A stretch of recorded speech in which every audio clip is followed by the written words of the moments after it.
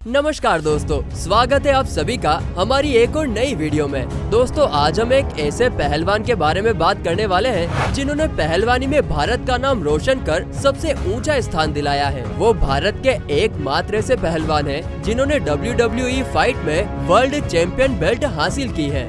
उम्मीद है आप समझ ही गए होंगे कि वो पहलवान कौन है। जी हाँ दोस्तों, उस पहलवान का नाम है दिलीप सिंह राणा, जिसे पूरी दुनिया द ग्रेट खली के नाम से जानती है। दोस्तों, खली रेसलिंग की दुनिया में एकमात्र ऐसे भारतीय हैं जिन्होंने एक जमाने में रेसलर्स की पैंट गीली कर रखी थी। आपको शायद ना मालूम हो, लेकिन खली ने एक बार अपने विरोधी को जान से मार दिया था, जबकि कईयों की हड्डियों का तो पता ही नहीं है। खली का कद ऐसा है कि बड़े से बड़ा रेसलर भी उनके सामने बच्चा नजर आता है। लेकिन क्या आप जानते हैं कि दुनिया में द ग्रेट खली के नाम से मशहूर दिलीप सिंह राणा का जीवन कितने संघर्षों से भरा हुआ था। खली ने अपने जीवन में काफी संघर्ष झेले और आज वो उस मुकाम पर पहुंच गए हैं कि उनके रिकॉर्ड को तोड़ना काफी मुश्किल हो गया है। लेकिन आज के जाने माने खली का बचपन काफी गरीबी में बीता है। तो चलिए आप सभी के पसंदीदा पहलवान महाबली खली से जुड़े कुछ किस्से कहानियां जानते हैं जो उनके स्ट्रगलिंग जीवन को बयां करती है। दोस्तों, महाबली खली का जन्म हिमाचल प्रदेश के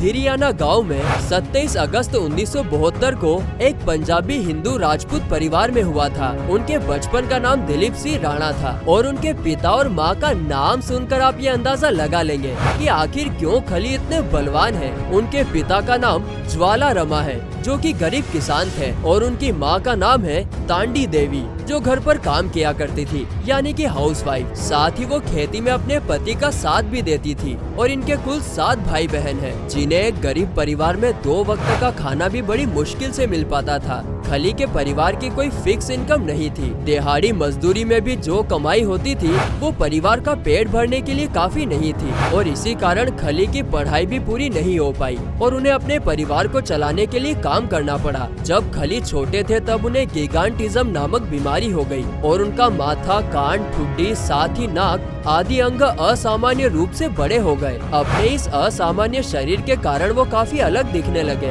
उनकी लंबाई परिवार में सबसे ज्यादा, और सिर्फ परिवार में ही नहीं बल्कि पूरे गांव में सबसे ज्यादा थी। वो सबसे मजबूत थे। वो इतने अलग दिखते थे कि वो जहाँ से भी गुजरते वहाँ के लोग उन्हें देखने लग जाते थे। उन्हें गरीबी के कारण पढ़ाई छोड़कर काम करना पड़ा और अनपढ़ होने के कारण उन्हें मजदूरी करनी पड़ी, क्योंकि पढ़ा लिखा ना होने की वजह से कोई दूसरा काम उन्हें नहीं मिलता था। और उनके वजन, कद और काठी को देखते हुए सब उन्हें मजदूरी का काम ही दिया करते थे, और इसी वजह से उन्हें भारी भरकम सामान उठाना पड़ता था। उनका शरीर इतना लंबा था कि लोग उन्हें देखते ही रह जाते। और तो और उनके नाप के जूते भी उन्हें मोची से खास नाप देकर बनवाने पड़ते थे, क्योंकि बाजार में उनके नाप के जूते भी नहीं मिलते थे। उन्हें अपने गांव में भारी भरकम सामान उठाने का काम करना पड़ता, लेकिन इतनी मेहनत मजदूरी के बाद भी उन्हें काफी कम वेतन मिलता था। कुछ समय बाद वो काम की तलाश में शिमला चले गए, लेकिन वहाँ भी उन्हें मजदूरी का ही काम मिला। लेकिन अब कुछ तो करना था,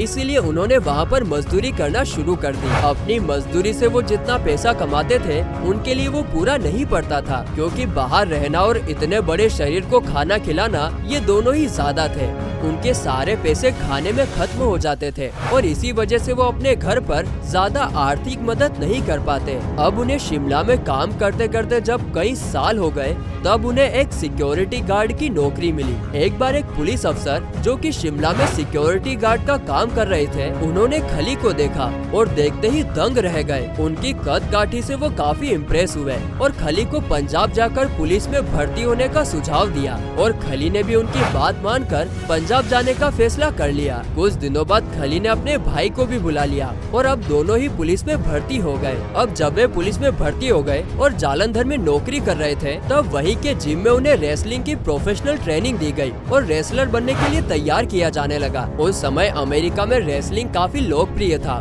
और भारत का कोई भी रेसलर इतना ताकतवर नहीं था कि रेसलिंग में भारत का नाम आगे बढ़ा सके। भारत को हर बार रेसलिंग में हार का मुंह देखना पड़ता था, लेकिन अब शायद ये बात उल्टी पड़ने वाली थी। उन्होंने अपनी रेसलिंग की शुरुआत 2000 में APW ऑल प्रो रेसलिंग में अमेरिका से की, जहां उनका नाम जायंट सिंह बताया गया। उन्होंने WCW वर्ल्ड चैंपियनशिप रेसलिंग के साथ फ्रांस में एक कॉन्ट्रैक्ट साइन किया। 8 महीने वहां रुकने के बाद उन्हें WWF वर्ल्ड रेसलिंग फेडरेशन के द्वारा न्यू जापान प्रो रेसलिंग में भेज दिया गया। WWF में उन्हें जायंट सिल्वा की टीम में शामिल किया गया। जायंट सिल्वा और जायंट सिंह यानी कि खली दोनों ने साथ मिलकर कई पहलवानों को हराया और यहीं से उन्हें 2 जनवरी 2006 को WWE यानी कि वर्ल्ड रेसलिंग एंटरटेनमेंट में शामिल कर दिया गया। WWE में भारत की ओर से प्रथम प्रोफेशनल रेसलर दिलीप सिंह राणा थे, जिन्हें जायंट सिंह और खली के नाम से पहचाना जाता है।